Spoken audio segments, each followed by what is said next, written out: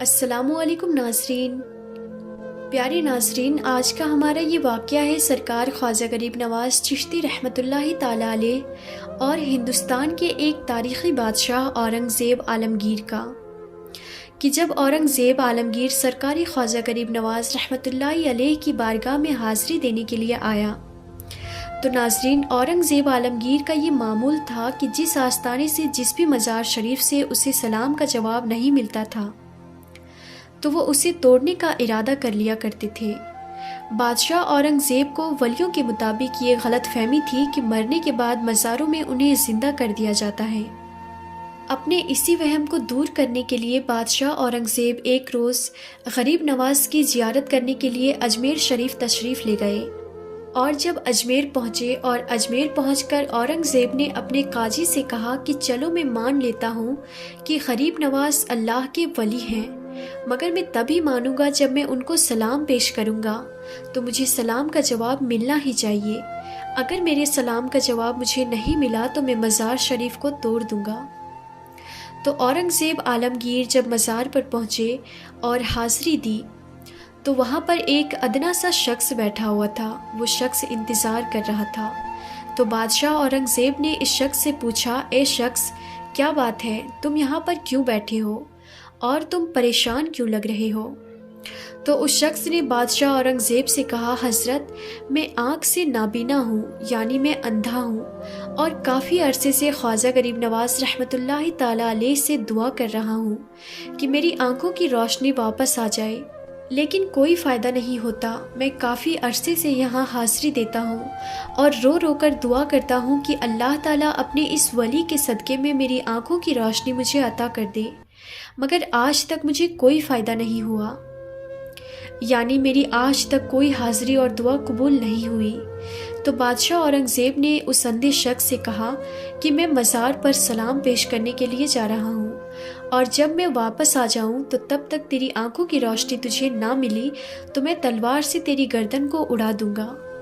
اتنا سننا تھا کہ وہ نابینا شخص اور زیادہ پریشان ہو گیا اور زیادہ غمگین ہو گیا، اور وہ اندھا شخص یہ سوچنے لگا کہ اب تک تو میری آنکھوں کی روشنی نہیں تھی، لیکن اب میرے گردن کی باری آ گئی۔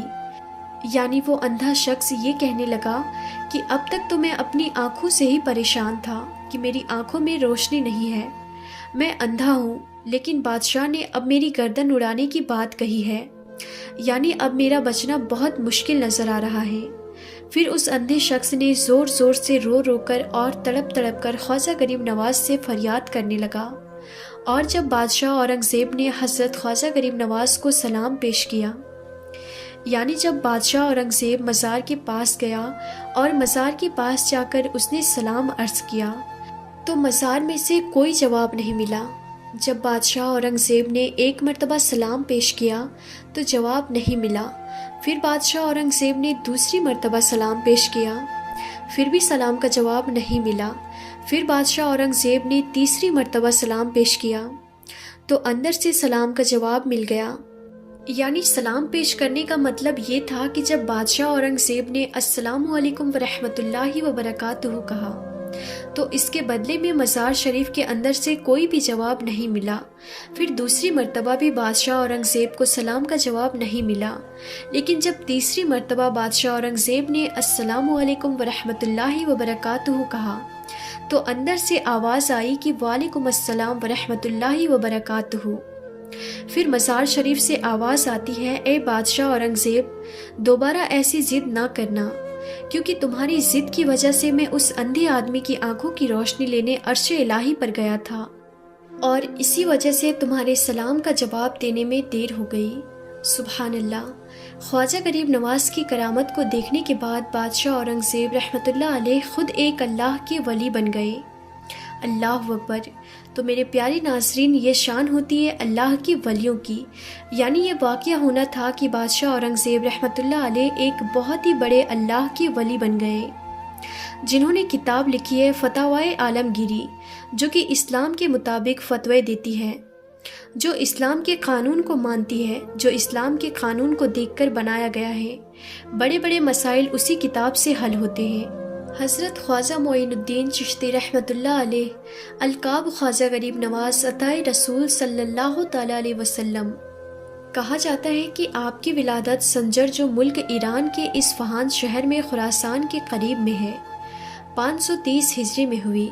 آپ کے والد کا نام خواجہ سید غیاث الدین بن احمد حسن رحمۃ اللہ علیہ ہے، اور والدہ کا نام بیوی ام الورا بنت حضرت سید داؤد رحمۃ اللہ علیہ۔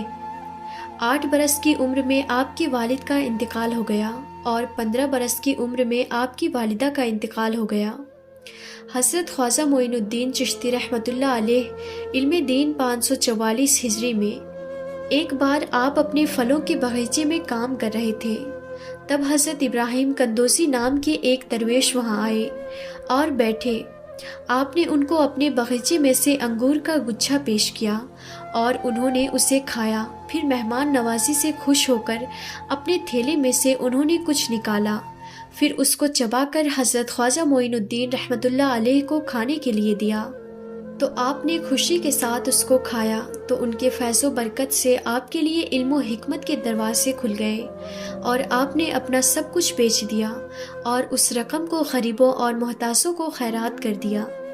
پھر آپ سمرقند اور بخارا کی طرف علم دین سیکھنے کے لیے روانہ ہو گئے۔ 544 سے 550 ہجری تک آپ وہاں حضرت مولانا حسام الدین اور حضرت مولانا شرف الدین کے پاس علم دین سیکھتے رہے۔ 550 ہجری میں آپ کی ملاقات حضور غوث اعظم رضی اللہ تعالیٰ عنہ سے ہوئی۔ آپ ایک کامل پیر تلاش رہے تھے کہ آپ نے خواجہ عثمان ہارونی رحمۃ اللہ علیہ کے بارے میں سنا۔ 552 ہجری میں آپ ان کے پاس گئے اور ان کے مرید ہوئے اور عبادت الہی اور خدمت مرشد کرتے رہے۔ ایک بار خواجہ عثمان ہارونی نے آپ سے کہا کہ معین الدین نیچے دیکھو کیا دکھتا ہے۔ آپ نے نیچے دیکھ کر کہا کہ میں زمین کے اندر دیکھ سکتا ہوں۔ مرشد نے پھر کہا کہ اب اوپر دیکھو کیا دکھتا ہے۔ آپ نے اوپر دیکھ کر کہا کہ میں آسمان کے اندر دیکھ سکتا ہوں۔ مرشد نے پھر فرمایا کہ میں تمہیں اس سے بھی آگے پہنچانا چاہتا ہوں۔ پھر 22 سال مرشد کی خدمت میں گزارنے کے بعد ایک دن مرشد نے پھر بلا کر اپنی 2 انگلیاں آپ کی دونوں آنکھوں کے بیچ میں رکھی اور پھر فرمایا معین الدین نیچے دیکھو کیا دکھتا ہے۔ آپ نے نیچے دیکھ کر کہا میں تحت سورہ تک دیکھ سکتا ہوں، یعنی 7 طبق زمین کے نیچے تک۔ پھر مرشد نے کہا اوپر دیکھو کیا دکھائی دیتا ہے۔ آپ نے اوپر دیکھ کر کہا کہ میں عرش اعظم تک دیکھ سکتا ہوں۔ خواجہ عثمان ہارونی نے خوش ہو کر آپ کو خلافت عطا فرمائی۔ تو پیارے ناظرین، ہم سے جہاں تک بن سکا ہم نے سرکار غریب نواز کی زندگی پر روشنی ڈالنے کی کوشش کی ہے اور آپ تک اس کو پہنچانے کی کوشش کی ہے۔ آخر میں بس یہی کہیں گے کہ اللہ تعالی ہماری اس کوشش کو اپنی بارگاہ میں منظور فرمائے۔ اللہ تعالیٰ رسول اللہ صلی اللہ تعالیٰ علیہ وسلم کے صدقے میں اور خواجہ غریب نواز عطائے رسول کے صدقے میں ہم سب کو پکا اور سچا عاشق رسول بنائے، آمین ثم آمین۔ تو ناظرین، اگر آپ کو یہ ویڈیو پسند آئی تو ایک لائک ضرور کر دیجیے گا اور اس ویڈیو کو اپنے دوستوں میں زیادہ سے زیادہ شیئر کیجیے گا۔ تو پھر ملتے ہیں اگلی ویڈیو میں، تب تک کے لیے خدا حافظ۔